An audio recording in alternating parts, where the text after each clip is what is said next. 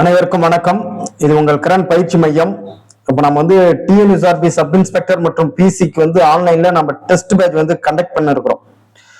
இப்ப நம்ம ஒரு சீரீஸா பார்த்துன்னு இருக்கிறோம். அதாவது முக்கியமான 1000 வினா விடைகள். அதாவது நம்ம ஒரு லெசன்ல இருந்தோம் உங்களுக்கு ஸ்டேட்மெண்ட் வைஸா நான் கொஸ்டின் ஒரு 15-20 கொஸ்டின் செட் பண்ணி அது எக்ஸ்பிளனேஷன் பண்ணின்னு இருக்கிறோம்.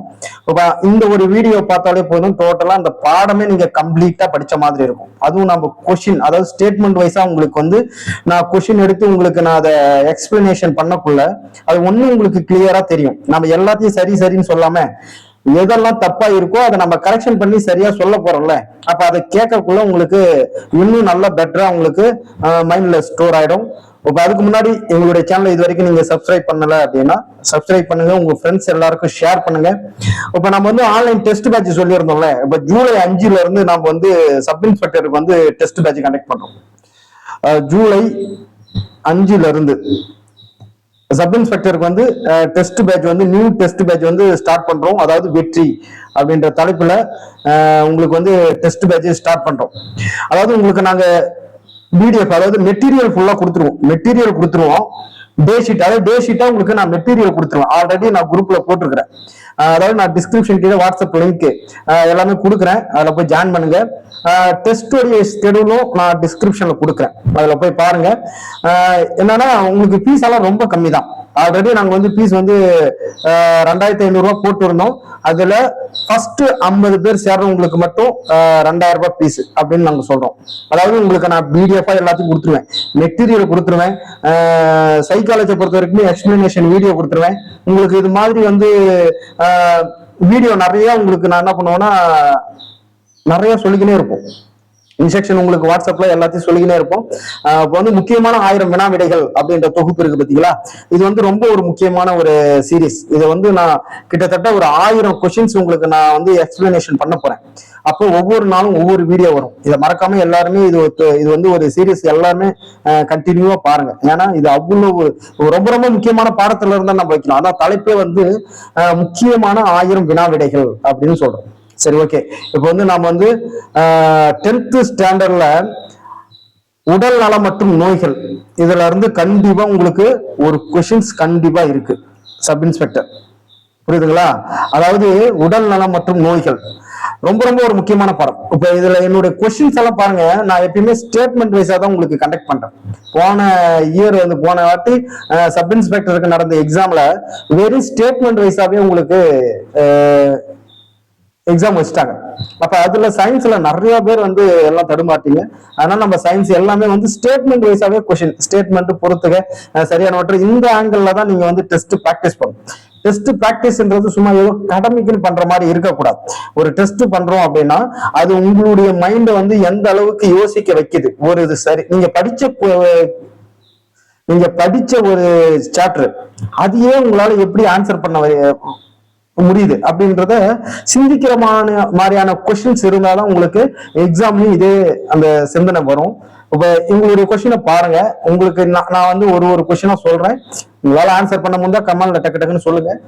இல்லையா நாங்க எக்ஸ்பிளனேஷன் பண்றத நல்லா கிளியரா உட்காந்து பாருங்க. சரி, ஃபர்ஸ்ட் கொஸ்டின் பாருங்க. அதாவது 11வது கொஸ்டின். ஆல்ரெடி நான் 10 கொஸ்டின் ஃபர்ஸ்ட் இது போட்ட ஜியோகிராஃபி 10th ஜியோகிராஃபில ஃபர்ஸ்ட் லெசன் ஸ்டார்ட் பண்ணியிருந்தோம். இப்போ நம்ம 10th சயின்ஸ்ல உங்களுக்கு உடல்நலம் மற்றும் நோய்களை பார்க்கணும். சரி, 11வது கொஸ்டின் பாருங்க.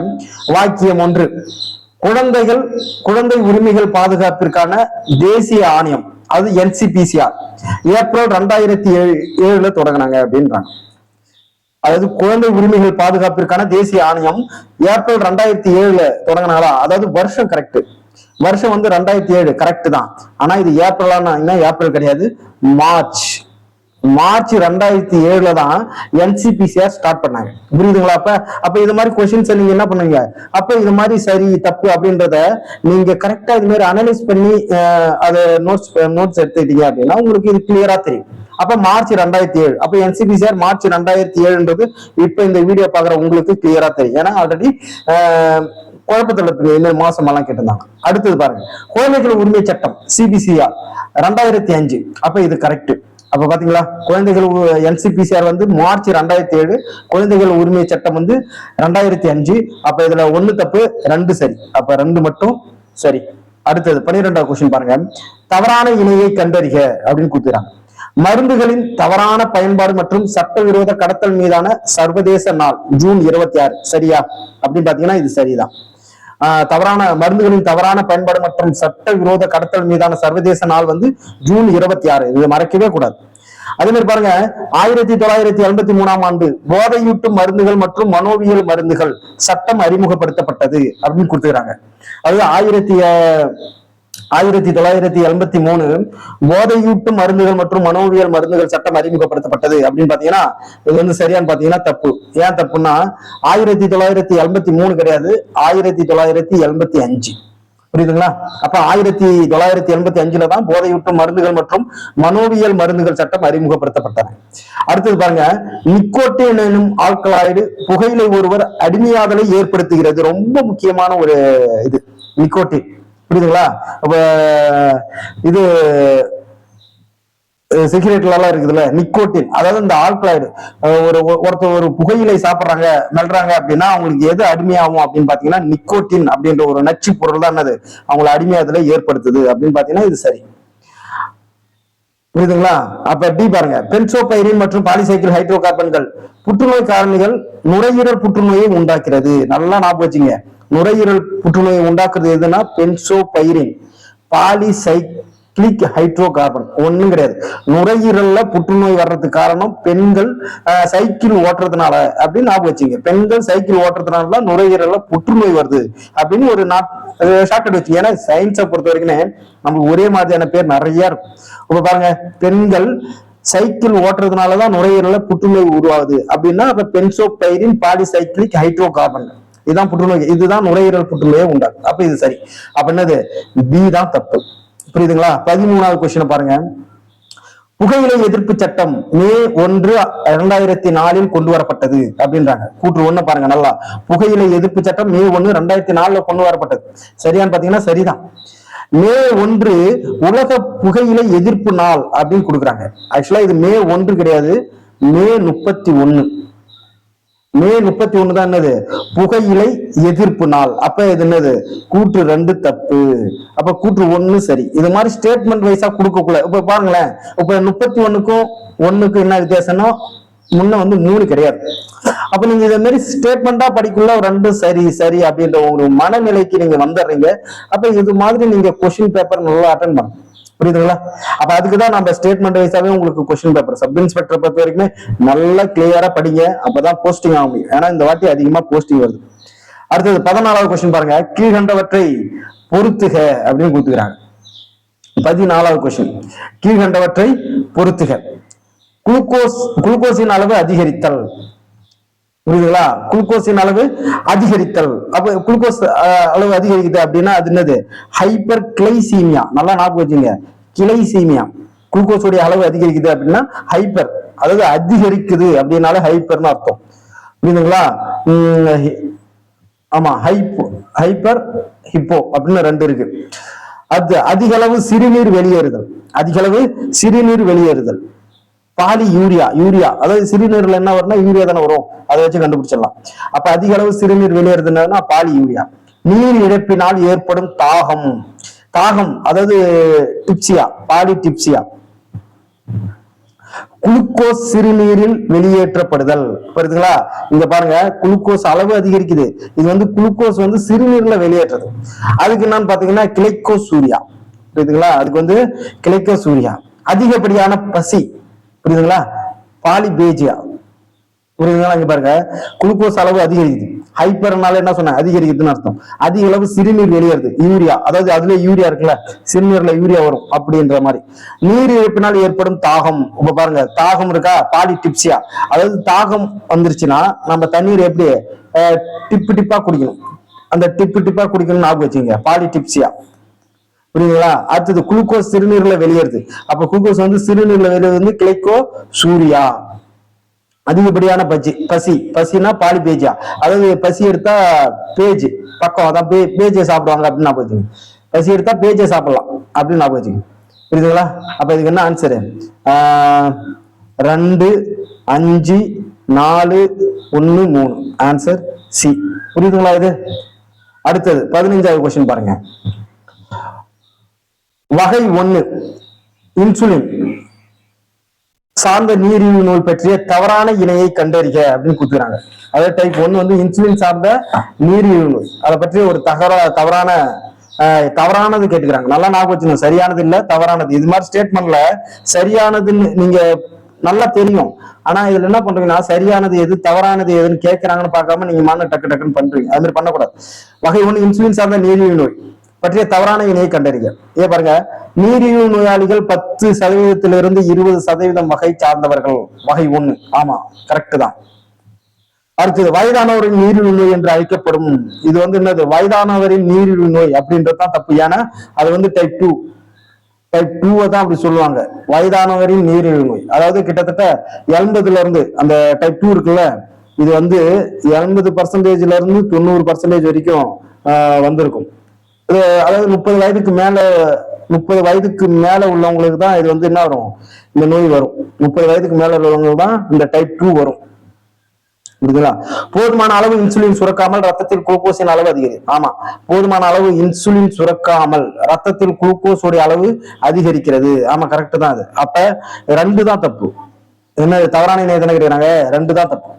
அடுத்தது 16வது கொஸ்டின் பாருங்க. சரியானவற்றை தேர்வு செய்க. இப்ப சரியானவற்றை தேர்வு செய்கன்னு சொல்லுகிறாங்க. இந்தியாவில் 8 பேரில் ஒருவர் நீரிழிவு நோயாளி. இந்தியாவில 8 பேர்ல ஒருவர் நீரிழிவு நோயாளியா அப்படின்னு பாத்தீங்கன்னா ஆமா கரெக்ட் தான். 8 பேர்ல ஒருத்தர் என்னது, நீரிழிவு நோயாளி தான். 2025 இந்தியாவில் 57.2 மில்லியன் நீரிழிவு நோயாளிகள் இருக்கலாம் என கணக்கிடப்பட்டுள்ளது. ஆமா கரெக்ட் தான்.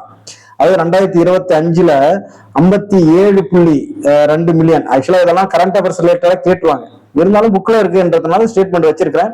2025 இந்தியாவில் 57.2 மில்லியன் நீரிழிவு நோய் இருக்கலாம் அப்படின்னு கணக்கு போட்டிருந்தாங்க. World health organisation. அடுத்தது நீரிழிவு நோய் ஏற்படுவதற்கான சராசரி வயது 50 அப்படின்னு கொடுக்குறாங்க. இது தப்பு. ஏன்னா நீரிழிவு நோய் ஏற்படுவது சராசரி வயது என்னது 40. புரியுதுங்களா? அதே வெளிநாட்டுல பிற நாடுகளெல்லாம் 55. இது இந்தியாவில பிற நாடுகளெல்லாம் பார்த்தா 55. எதுக்கு, நீரிழிவு நோய் ஏற்படுவதற்கான சராசரி வயது. அடுத்தது 2030 இறப்பை ஏற்படுத்துகின்ற காரணிகளில் நீரிழிவு நோய் 4வதாக திகழும் என உலக சுகாதார அமைப்பு தெரிவிக்கிறது. இதெல்லாம் கொஞ்சம் முக்கியமானதுதான், ஏன்னா 2030 வரல. அப்ப இது நீரிழிவு நோய் 4 அப்படி கிடையாது, 7வது இடம். புரியுதுங்களா? 4வது இடம் கிடையாது, 7வது இடம் திகழும் என உலக சுகாதார அமைப்பு தெரிவிக்கிறது. அப்ப இதுல என்ன கேட்டுக்கிறாங்க, இது தப்பு, இதுவும் தப்பு. அவங்க என்ன கேட்டுக்கிறாங்க, சரியானவற்றை. அப்போ 1 2 தான் சரி, அப்ப பி ஆன்சர். புரியுதுங்களா? இது மாதிரி நீங்க இந்த ஆங்கிள் வந்து ஸ்டேட்மெண்ட் வைஸா இப்படி நீங்க கொஸ்டின் பேப்பரை ப்ரிப்பேர் பண்ணீங்க அப்படின்னா நீங்க படிச்சதுக்கான அந்த ஒரு ரிசல்ட் தெரியும். 1. 2வது, அதை நீங்க கரெக்ஷன் பண்ணக்குள்ள ஆணித்தனமா உங்களுக்கு மனசுல பதிஞ்சிடும், எப்பயுமே மறக்காது. அடுத்தது 17வது கொஸ்டின் பாருங்க. கூற்று 1 பாருங்க. உணவு உண்ணா நிலையில் ரத்த குளுக்கோஸின் அளவு 120 மில்லிகிராம் டெசிலிட்டர் அப்படின்னு கொடுக்குறாங்க. உணவு உண்ணா நிலை 120 அப்படின்னு பாத்தீங்கன்னா தப்பு. ஏன்னா இது 120 கிடையாது, 140. புரியுதுங்களா? 120 கிடையாது, 140. சீரற்ற ரத்த குளுக்கோஸ் அளவு 300 மில்லிகிராம் டெசிலிட்டர். சீரற்ற ரத்த குளுக்கோஸ் அளவு 300 மில்லிகிராம் டெசிலிட்டர் கரெக்டா அப்படின்னு கேட்டா இதுவும் தப்பு தான். ஏன்னா அது என்னன்னா 200. புரியுதுங்களா? அப்ப இது என்னது, கூற்று 1 தப்பு 2 தப்பு. Answer D. நல்லா ஞாபகம் வச்சுங்க. உணவு உண்ணா நிலையில் ரத்த குளுக்கோஸின் அளவு எவ்வளோ, 140. சீரற்ற ரத்த குளுக்கோஸ் அளவு எவ்வளோ, 200. அடுத்தது 18வது கொஸ்டின் பாருங்க. வாக்கியம் 1. இந்தியர்களின் ரத்தத்தில் இருக்க வேண்டிய விரும்பத்தக்க கொழுப்பின் அளவானது 200 மில்லிகிராம் டெசிலிட்டர் ஆகும் அப்படின்னு சொல்றாங்க. அப்ப இந்தியர்களுடைய ரத்தத்தில் இருக்க வேண்டிய விரும்பத்தக்க கொழுப்பின் அளவு 200 அப்படின்னு சொல்றாங்க. கரெக்டா அப்படின்னு பாத்தீங்கன்னா தப்பு. ஏன் அப்படின்னு பாத்தீங்கன்னா 200 வரும். ரத்தத்தில் இருக்க வேண்டிய 200 கரெக்ட் தான். இந்தியர்கள் ரத்தத்தில் இருக்க வேண்டிய விரும்பத்தக்க கொழுப்பின் அளவு வந்து 200 மில்லிகிராம் டெசிலிட்டர் அப்படின்றாங்க. அடுத்தது, ரத்தத்தில் கொழுப்பின் அளவு 100 200 மில்லிகிராம் டெசிலிட்டராக அதிகரிக்கும் போது இதய குழல், அதாவது கரோனரி இதய நோய்க்கான ஆபத்து அதிகரிக்கிறது அப்படின்னு கொடுத்துக்கிறாங்க. அப்ப இது 100 200 அப்படின்னு பாத்தீங்கன்னா அதுதான் கிடையாது. ஏன்னா இது என்னது, 200 300. 100ல இருந்து 200 கிடையாது, 200ல இருந்து 300 அதிகமா அதிகரிக்குள்ளதான் கரோனரி இதய நோய் வரும். அப்ப இதுல 1 மட்டும்தான் சரி, 2 தப்பு. புரியுதுங்களா? அடுத்தது 19ஆம் கொஸ்டின் பாருங்க. புற்றுநோய் என்ற சொல்லுக்கு கிரேக்க மொழியில் நண்டு என்று பொருள். சரியா அப்படின்னு பாத்தீங்கன்னா இது ஆமா சரி, ஆமா புற்றுநோயினாலே நண்டு அப்படின்னு தானே இருக்கு அப்படின்னு சொல்லிட்டு சரின்னு அடிச்சிருவீங்க. அது கிடையாது. புற்றுநோய் என்ற லத்தீன் மொழி சொல்லுக்குதான் நண்டுன்னு பொருள். இங்க கிரேக்கன்னு கொடுத்துறான், கிரேக்கமே இல்லை. அப்ப புற்றுநோய் என்ற சொல்லுக்கு கிரேக்க மொழியில் நண்டு என்ற பொருள்ன்றது தப்பு. புற்றுநோயை பற்றிய படிப்புக்கு ஆன்காலஜி அப்படின்னு, ஆன்கோனா கட்டி அப்படின்ற பேர். அப்ப இது 2 சரி. அப்ப என்னது 2 மட்டும்தான் சரி. அப்ப புற்றுநோயை படிப்புக்கு ஆன்காலஜி. ஆண்களுக்கு தான் புற்றுநோய் வரும், ஆண்களுக்கு தான் புற்றுநோய் வரும் அப்படின்னு ஞாபகம் வச்சுக்க, ஆன்காலஜி. அடுத்தது 20வது கொஸ்டின் பாருங்க. தவறானவற்றை தேர்ந்தெடு. உலக புற்றுநோய் நாள் பிப்ரவரி 4 சரியா அப்படின்னு பாத்தீங்கன்னா சரிதான். உலக புற்றுநோய் நாள் என்னது? பிப்ரவரி 4 தான். தேசிய புற்றுநோய் விழிப்புணர்வு நாள் நவம்பர் 7 கரெக்டா அப்படின்னா கரெக்ட் தான். நல்ல ஞாபகம். புற்றுநோய் வந்து பிப்ரவரி 4, புற்றுநோய் விழிப்புணர்வு நாள் வந்து நவம்பர் 7 கரெக்ட் தான். எபித்தீலியல் மற்றும் சுரப்பிகளின் திசுக்களில், அதாவது பாருங்க, சார்கோமா எபித்தீலியல் மற்றும் சுரப்பிகளின் திசுகளில் உருவாகிறது அப்படின்றதா தப்பு. ஏன்னா இது எபித்தீலியல் கிடையாது, இது கார்சினோமா. கார்சினோமா தான் எபித்தீலியல் மற்றும் சுரப்புகளின் திசுகள்ல உருவாகும். கார்சினோமான்றது இணைப்பு மற்றும் தசை திசுகளில் உருவாகும் புற்றுநோய் அப்படின்றாங்க. இது தப்பு. ஏன் அப்படின்னா இணைப்பு மற்றும் தசை திசுக்களில் உருவாகும் புற்றுநோய் எதுன்னா சார்கோமா. அப்படியே மாத்தி கொடுத்துருக்காங்க, அவ்வளவுதான். இதெல்லாம் கிளியரா படிச்சாதான் உங்களுக்கு என்னது ஆன்சர் வரும். ஏன்னா இதையும் படிச்சுக்கிறீங்க, இதையும் படிச்சுக்கிறீங்க. அப்ப இது கிளியரா இது மாதிரி நீங்க டெஸ்ட் பிராக்டிஸ் பண்ணீங்க அப்படின்னா இது இப்ப உங்களுக்கு மறக்கவே மறக்காது. அப்ப எபித்தீலியல் மற்றும் சுரப்பிகளின் திசுகளில் உருவாக்குறது கார்சினோமா, இணைப்பு மற்றும் தசை திசுகளில் உருவாக்குறது சார்கோமா அப்படின்றது. அப்ப இதுல என்ன கேட்டுறாங்க? தவறானவற்றை தேர்ந்தெடுக்கின்றாங்க. அப்ப 3 நாள் தான் தவறு. இதுல போய் 1, 2 கொடுத்துருவீங்க. ஏன்னா 1, 2 சரி. ஆனா நீங்க மேல இருக்கிறத பார்க்காம 1, 2 சரின்னு சொல்லிட்டு பி அடிச்சிருவீங்க. அதுவும் தப்பு. இந்த சில்லி மிஸ்டேக் எல்லாம் நம்ம அவாய்ட் பண்ணணும்னா இந்த மாதிரி டெஸ்ட் பிராக்டிஸ் பண்ணணும். அடுத்து 21ஆவது கொஸ்டின் பாருங்க. கீழ்கண்ட கூற்றுகளை கவனிக்கவும். கூற்று 1 பாருங்க. லியூகேமியா என்பது ரத்த புற்றுநோய் ஆகும் அப்படின்னு கொடுத்துறாங்க. லியூகேமியா என்பது ரத்த புற்றுநோய் அப்படின்னா ஆமா லியூகேமியா தான் ரத்த புற்றுநோய் அப்படின்னு சொல்லுவாங்க. இதில் ரத்த வெள்ளை அணுக்களின் எண்ணிக்கை அதிகரிக்கிறது. கண்டிப்பா லியூகேமியால தான் ரத்த வெள்ளை அணுக்களின் எண்ணிக்கை என்னது அதிகரிக்கிறது. அப்போ 1 மற்றும் 2 சரி அப்படின்னு அர்த்தம். அடுத்து 22ஆவது கொஸ்டின் பாருங்க. லியூகேமியா முக்கியமாக எந்த உறுப்புகளுடன் தொடர்புடையதுன்னு கொடுக்குறாங்க. அப்ப லியூகேமியால என்னது? எலும்பு மஜ்ஜை மற்றும் நிணநீர் முடிச்சுகள். பாத்தீங்களா கொஸ்டின் எல்லாம் எப்படி இருக்கு பாருங்க. நீங்க இது வந்து நல்ல இந்த மாதிரி டெஸ்ட் பிராக்டிஸ் பண்ணணும், அப்பதான் உங்களுக்கு தெரியும். அப்ப லியூகேமியா முக்கியமா எந்த உறுப்புட தொடர்புனா எலும்பு மஜ்ஜை மற்றும் நிணநீர் முடிச்சுகள். அடுத்த 23ஆவது கொஸ்டின். கீழ்கண்ட கூற்றுகளை கவனிக்கவும். கூட்டு 1 பாருங்க. டாக்டர் சுனிதா சால்மோன் இந்தியாவில் HIV ஆராய்ச்சி மற்றும் சிகிச்சையின் முன்னோடி ஆவார் அப்படின்றாங்க. ஆமா கரெக்ட் தான். அவங்க தானே ஃபர்ஸ்ட் HIV ஆராய்ச்சி முன்னோடியால சொல்றாங்க. அடுத்தது சென்னையில் எய்ட்ஸ் ஆராய்ச்சிக்கான முதல் தன்னார்வ சோதனை மற்றும் ஆலோசனை மையங்களை நிறுவினார். கரெக்ட் தான். அப்ப என்னது 1 மற்றும் 2 சரி. ஆக்சுவலா இந்தியாவில அடுத்த கொஸ்டின்ல வந்துட்டாங்க. இந்தியாவின் முதல் எய்ட்ஸ் நோயாளி எந்த நகரத்தை சேர்ந்தவர்? நல்லா பாத்துங்க. இந்தியாவுடைய முதல் எய்ட்ஸ் எந்த நகரத்தை சேர்ந்தோம்னா சென்னையில தான். புரியுதுங்களா? ஆக்சுவலா ஃபர்ஸ்ட் HIV நோய் எங்க இருக்கு? HIV நோய் ஃபர்ஸ்ட் எங்க கண்டுபிடிச்சாங்கன்னா அமெரிக்கால கண்டுபிடிச்சிருப்பாங்க. அமெரிக்காவில தான் ஃபர்ஸ்ட் எய்ட்ஸ் நோயை கண்டுபிடிச்சிருப்பாங்க. ஹட்டாய் அப்படின்ற இடத்துல, அமெரிக்காவில ஹட்டாய் அப்படின்ற இடத்துல ஃபர்ஸ்ட் எய்ட்ஸ் நோயை கண்டுபிடிச்சிருக்காங்க. கிட்டத்தட்ட 1981 அந்த வாக்குல கண்டுபிடிச்சிருப்பாங்க. புரியுதுங்களா? 1986ல தான் இங்க தமிழ்நாட்டுல ஃபர்ஸ்ட் அது தமிழ்நாட்டுல கண்டுபிடிச்சிருக்கிறேன். அடுத்தது 25வது கொஸ்டின் பாருங்க. கீழ்கண்ட கூற்றுகளை ஆராய்க. கூற்று 1. எலைசா என்பதன் விரிவாகும் enzyme linked immunosorbent acid. Correct தான். இதான் எலைசாவுடைய அப்ரிவேஷன். கூற்று 2 பாருங்க. எலைசா சோதனை HIV தொற்றை உறுதிப்படுத்தும் இறுதி சோதனை கொடுக்குறாங்க. கிடையாது. ஏன்னா HIV இறுதிப்படுத்தும் சோதனை வந்து வெஸ்டர்ன் பிளாட். இல்லைங்களா? வெஸ்டர்ன் பிளாட் தான் HIV இறுதிப்படுத்தும் சோதனை. எலைசான்றது அதை ஃபர்ஸ்ட் ஆரம்ப ஸ்டேஜ்ல பண்ற சோதனை தான் எலைசா. அப்ப இதுல என்னது 1 மட்டும்தான் சரி. புரியுதுங்களா?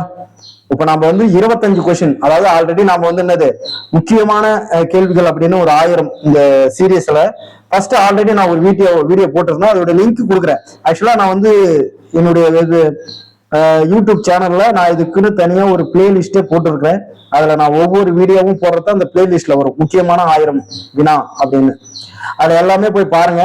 ஏன்னா ஒரு லெசன்லயும் இருந்து நம்ம கொஷின்ஸா எடுத்து உங்களுக்கு ரொம்ப இதை வந்து நீங்க கேக்குறீங்க அப்படின்னுக்குள்ள உங்களுக்கு நிறைய ஐடியா கிடைக்கும். புரியுதுங்களா? ஓ இப்படியெல்லாம் கொஷின்ஸ் இருக்கா அப்படின்னு. Okay, thank you.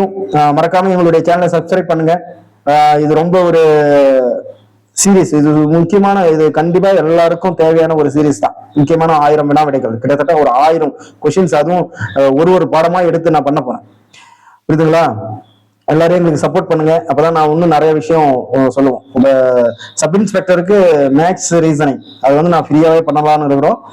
இதுக்கு உங்களுடைய சப்போர்ட்ஸ் எல்லாம் எங்களுக்கு தேவை. நீங்க தந்தீங்கன்னா தான் நாங்க அடுத்தடுத்த வீடியோ, அடுத்தடுத்த சிலபஸ் ஷெடியூல் எல்லாமே உங்களுக்காக பண்ணுவோம். தேங்க்யூ.